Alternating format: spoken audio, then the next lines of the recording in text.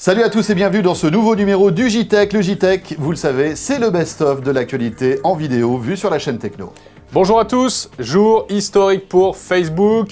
Le plus grand réseau social du monde fait son entrée en bourse et on peut le dire, ça va plutôt bien pour eux.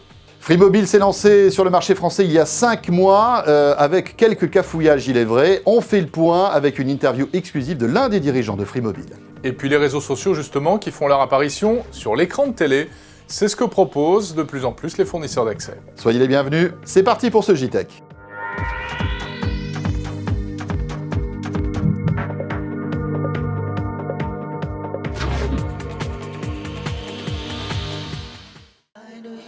Le JTech avec OrangeInnovation.tv, la web TV qui simplifie la vie numérique.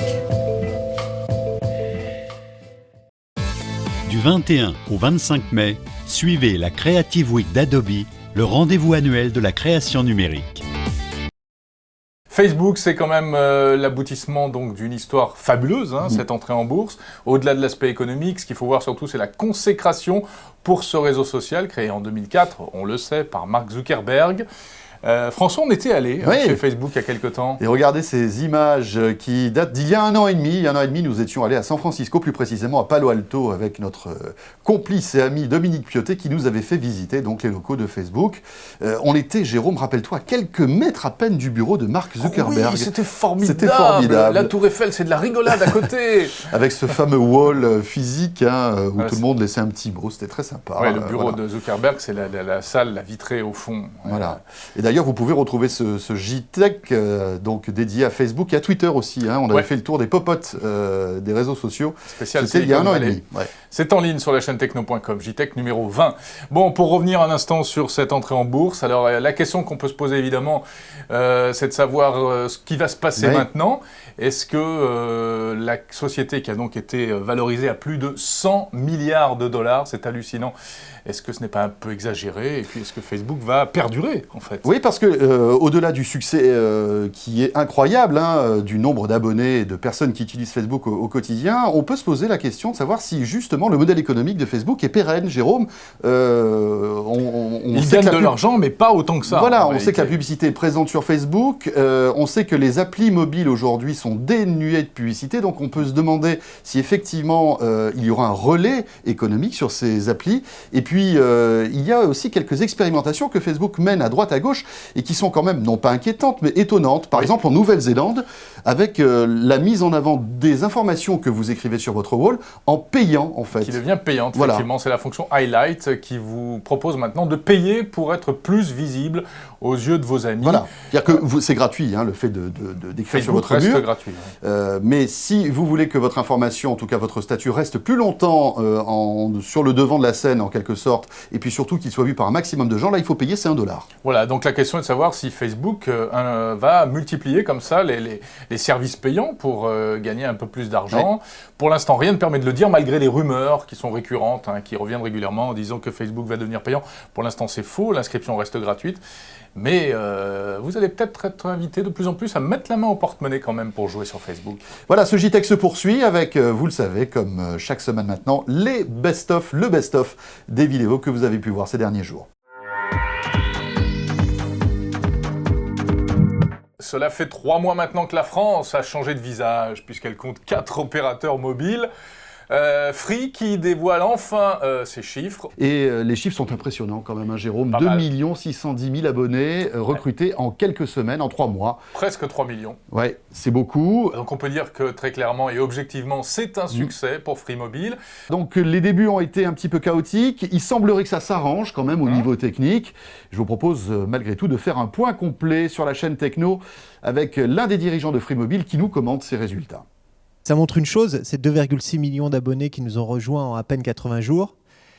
C'est qu'on avait raison en fait sur nos intuitions. On nous a raconté, nos concurrents nous ont raconté pendant plusieurs mois, plusieurs années, qu'il n'y avait pas de place pour un 4e opérateur, que le marché français était agressif. Non, le marché français voulait des offres beaucoup plus attractives d'un point de vue technique, en termes de prix, en termes de simplicité et en termes de transparence. Vous avez eu des débuts assez chaotiques, des problèmes de mise en route, les cartes SIM qui n'arrivaient pas, le transfert de numéros qui ne se faisait pas, il y a des gens qui se sont retrouvés sans ligne téléphonique. Ensuite, il y avait des problèmes récurrents le soir, ça buguait un petit peu, enfin on va pas refaire tout le film. Qu'est-ce qui s'est passé au début ?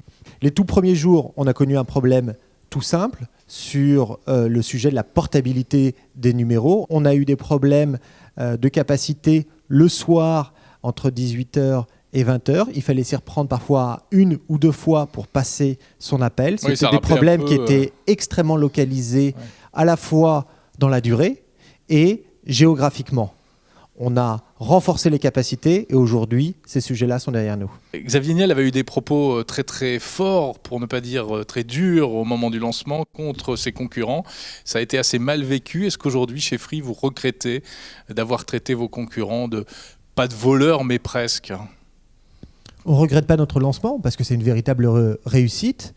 On a souhaité s'imposer, on a souhaité marquer les esprits et le faire avant tout par la qualité de nos offres. Et je pense que ce que retiendront les consommateurs, nos abonnés, c'est avant tout la rupture que l'on a induite sur le marché du mobile en France.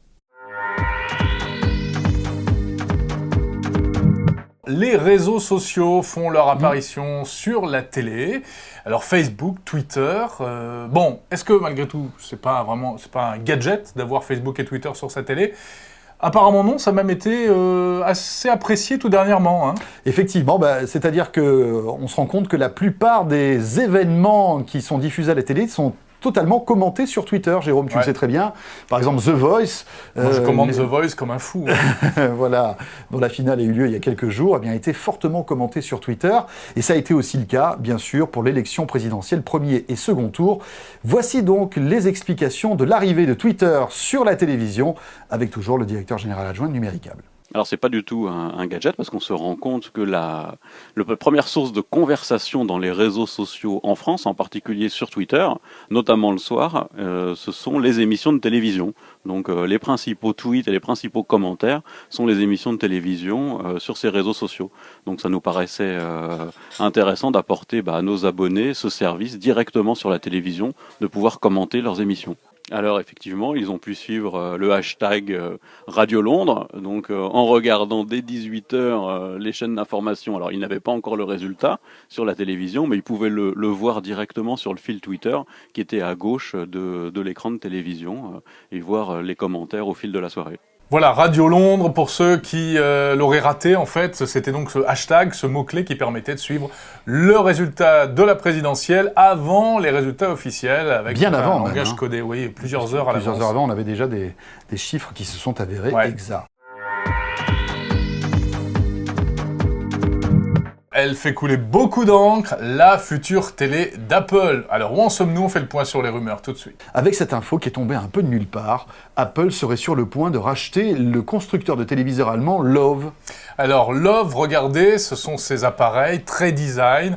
C'est une marque qui n'est pas très connue, hein. C'est une marque assez élitiste, pour dire les choses clairement, des appareils qui coûtent assez cher. Un peu dans la lignée de Bang & Olufsen aussi, voilà, qui fabrique des téléviseurs assez chers pour un public, on va dire, d'esthètes.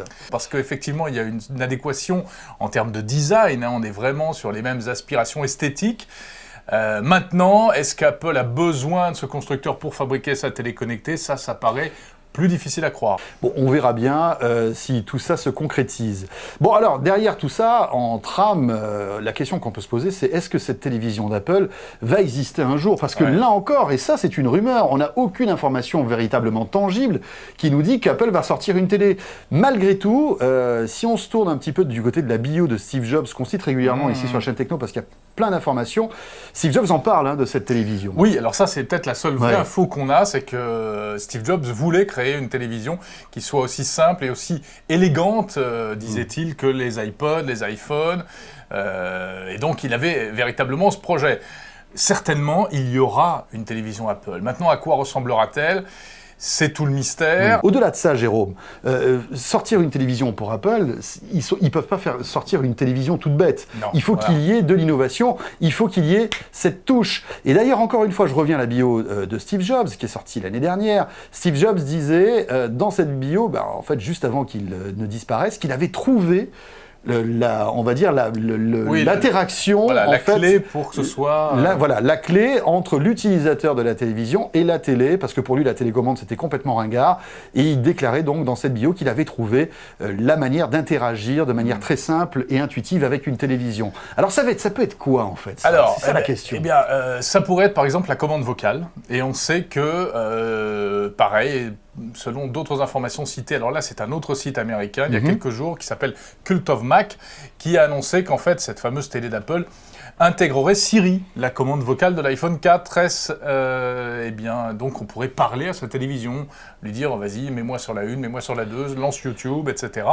Ça, c'est quand même un élément. Oui, mais ce ne seraient pas les premiers, puisqu'on l'a vu au CES de Las Vegas, des constructeurs de téléviseurs proposent déjà de la commande vocale. Donc voilà, ça serait pas les premiers à proposer ce genre de choses. Et on voit que Siri ne marche pas toujours très très bien. Donc imagine-toi sur un canapé, toute la famille en train de parler à la télévision. Je pense que là, en fait... Non, pas la 1, la 2 voilà, la 2, ça, pas non, la 1 M6 maintenant, c'est pas possible. Bon voilà, donc on peut parler de ça, on peut parler aussi d'une interaction encore plus poussée avec l'iPhone ou la tablette, l'iPad, qui pourrait servir de télécommande. Ça, mais là ce serait aussi, vraiment le point positif, le point novateur, c'est-à-dire pour fluidifier le partage de contenu, c'est-à-dire que vous avez une vidéo que vous pourriez avoir aussi bien sur votre smartphone, sur votre tablette, que sur votre téléviseur, et ça notamment grâce à AirPlay, que tu citais tout à l'heure, qui permet d'envoyer très facilement un flux. Ça existe déjà avec l'Apple TV, ça marche bien AirPlay. Bien sûr, mais ça existe aussi chez les autres constructeurs Ça qui ont s'appelle mis au DLNA. point des applications compatibles sur les smartphones, on va dire les plus populaires, et qui permettent d'interagir avec sa télévision. Voilà, c'est la fin de ce JTech. Merci de nous avoir suivis. Et on se retrouve dès lundi, bien sûr, sur la chaîne Techno.tv avec un nouveau numéro de l'Appart.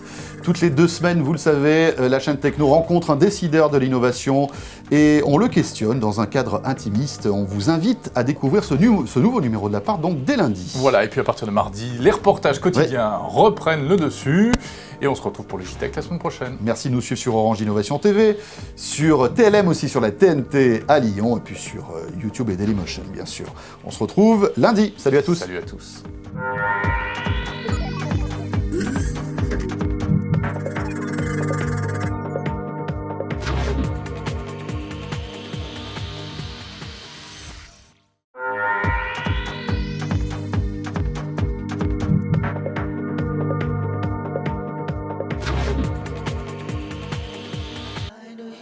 Le JTech avec Orange Innovation.tv, la web TV qui simplifie la vie numérique.